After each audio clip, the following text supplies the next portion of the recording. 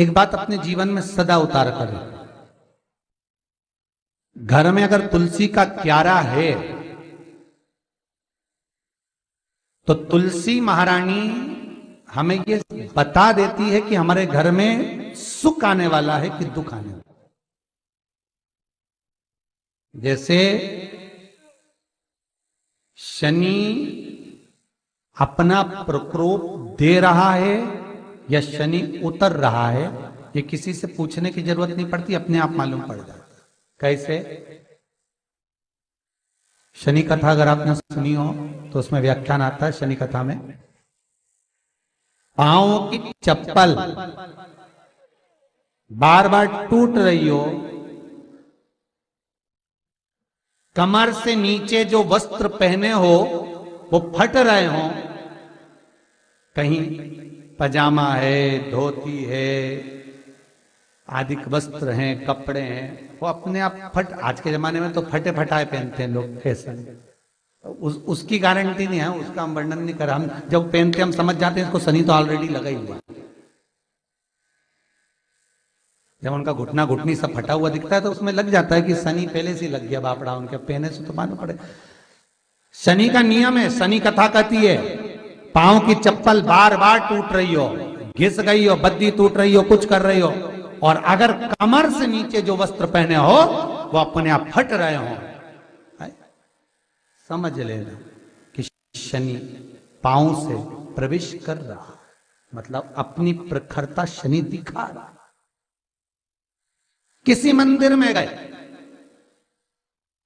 महाराज और वहां जाने पर चप्पल चली गई तो समझ लेना शनि की कुदृष्टि अब पड़ना बंद होना चालू हो गया। कितना सुंदर कहा है महाराज। जूता चप्पल आज के जमाने में तो फैशन हो गई साहब, घर की चप्पल अलग होती है, बाहर की चप्पल अलग होती है। लोग घर में चप्पल किचन तक में पहन के जाते हैं। अरे पानी ले जाओ सीओर से, रसोई घर में लोग चप्पल पहन कर जाते हैं, जहां भगवान का प्रसाद बन रहा है, जहां अन्नपूर्णा निवास कर रही है, और पूछो तो कह किचन की चप्पल है तो माथे पे रख लो। तुम अपनी मां को जरूर देखना है एक बार, वो बूढ़ी मां कितनी बार किचन में चप्पल पहन कर गई, मुझे जरूर फोन कर कर बताना। बूढ़ी मां रसोई घर में आज भी बिना चप्पल के जाती है, और बहुओं की कहीं एड़ी नहीं फट जाए, ठंड नहीं बैठ जाए, इसलिए ये रसोई घर तक में चप्पल पहन कर जाती है। सूर्य नारायण की कथा पढ़ना,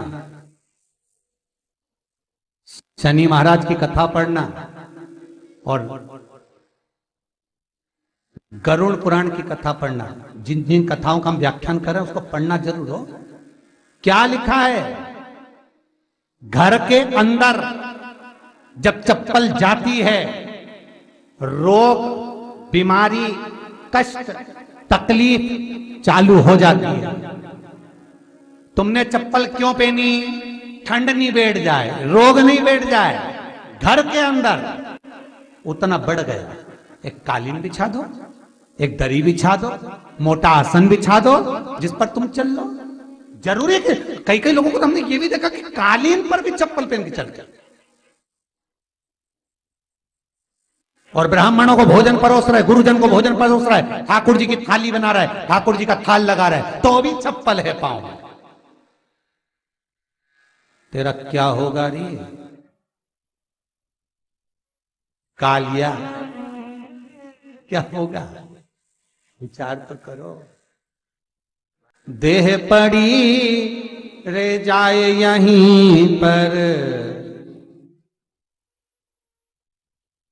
फिर कुंडल और नगीना, क्या हरि नाम नहीं तो जीना।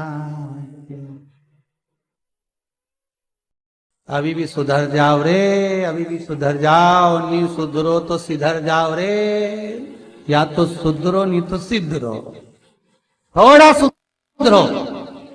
रसोई घर में अन्नपूर्णा रहती है, रसोई घर में शिव महापुराण की कथा कहती है जब भगवान शंकर को मां जगत जननी भोजन करा रही थी, शंकर जी ने वर मांगा था अन्नपूर्णा से, ए अन्नपूर्णे, तुम मेरे घर के बच्चों का भरण पोषण कर रही है। इस मृत्यु लोक में जितने मनुष्य जन्म लेते हैं ये मेरे पुत्र कहलाते हैं। तो अन्नपूर्णा ने कहा, चिंता मत करना भोलेनाथ, जिस जगह पर एक स्त्री, बेटी, कन्या या घर की बहू या बूढ़ी मां भोजन बनाएगी, उस जगह पर मैं अन्नपूर्णा उसके शरीर में प्रवेश करूंगी। और वो रसोई घर नहीं होगा, वो मेरा और तुम्हारा मंदिर कहलाएगा। अब मंदिर में चप्पल पहनकर भोजन का निर्माण करना ये श्रेष्ठता है। एक आसन पटक लो आप रसोई घर के अंदर, जिस आसन पे खड़े होकर आप भोजन बना लो, मोटा सा आसन रख लो, चप्पल की जरूरत ही नहीं। श्रीमद् भागवत कथा कर रही है, तुलसी का मात्र तो शनि अपनी दृष्टि बता देता है। शास्त्र कहता है जब घर के अंदर प्रवेश करने के, जब आप घर में प्रवेश करें तो एक कोने में चप्पल को उतार दें। बाहर जगह नहीं है तो घर के अंदर प्रवेश कर कर लेफ्ट में चप्पल को उतार दें, और 7 या 3 कदम के अंदर चप्पल उतर जाना चाहिए घर के अंदर में।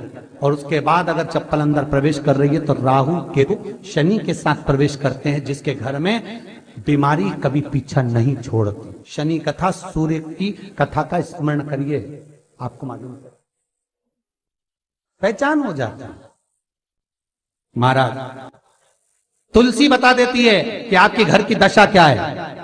बार बार जल डालने के बाद भी तुलसी सूख रही है, बार बार आप पूजन कर रहे, पाठ कर रहे तो भी तुलसी के दल सूख रहे हैं। तुलसी बता देगी कि तुम्हारे घर में तकलीफ आने वाली है, कष्ट आने वाला है, सूख रही है।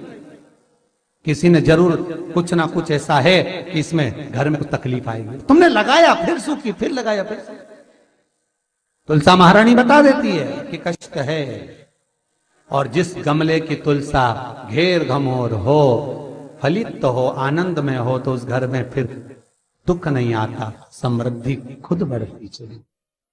जिन शंकर भगवान को आप जल चढ़ाते हो, जिन ठाकुर जी से आप लाड लड़ाते हो, जिन भगवान कृष्ण का आप स्मरण करते हो, राधा रानी का आप नाम जाप करते हो, जिस परमात्मा का आप भजन कर रहे हो, कीर्तन कर रहे हो, नाम जाप कर रहे हो, नाम स्मरण कर रहे हो, उससे तुम्हारा एक संबंध होना चाहिए, एक रिश्तेदारी होना चाहिए। और उससे जब तुम्हारा कोई संबंध रहेगा, उससे जब तुम्हारी कोई रिश्तेदारी रहेगी, तो उस रिश्तेदारी में जैसे ही आपके प्राण छूटे और छूटते से ही आप जब गए तो जाते ही आप कहोगे कि कृष्ण से मेरा ये संबंध है, वो मेरा पुत्र, वो मेरा भाई, वो मेरा बेटा, वो मेरा सगा, वो मेरा रिश्तेदार, वो मेरा कुटुंबी, वो मेरा पुत्र। जब कहोगे तो तुरंत प्रवेश हो जाए। महाराज भगवान से संबंध होना चाहिए। कई लोग भगवान को सवेरे से रिझाने बैठते हैं तो भगवान को बनी बनाई बात कहते हैं, ये पाठ कर लो, ये पाठ कर लो, ये पाठ कर लो, ये स्तुति कर लो, सारा बना बनाया। तुमने अपने दिल से कौन सी स्तुति गाई? तुमने अपने दिल से कौन सा भगवान को निवेदन करा, कौन सा नमन करा? बस सवेरे उठना है, नहाना है, भगवान के सामने जाना है, भगवान को नहलाना है, कपड़े पहनाना है, अगरबत्ती लगाना है, थोड़ा सा शक्कर का भोग लगाना। इतने सारे देवी देवता, शंकर जी, राम जी, गणेश जी, सारे देवता, और 2 खुरमा लेके आए, 1 बालूशाही लेके आए, 2 मठरी लेकर आ गए, 1 मठरी लेकर आ गए, और भगवान को इतनी सी कटोरी में रख दी। अब बोले, कई लोगों से पूछा, इतनी सी कटोरी में 1 मठरी, 1 खुरमा, और रोज मठरी खुरमा एक साथ नहीं रखती, वो तो आज दिन मठरी का भोग लगा दिया, कल खुरमे का लगाई, परसों गुजिया का, परसों पपड़िया का, कोई डब्बे में भरे भराए रखे रख दिया, और 1 लड्डू रोज लगा देगी इतना बड़ा। तो पूछा, इतना सा लड्डू और इतने सारे भगवान कैसे खाते होंगे? तो क्या भाव से। तो हमने कहा, तुम भगवान को क्यों? बहुत दुख है गुरु जी।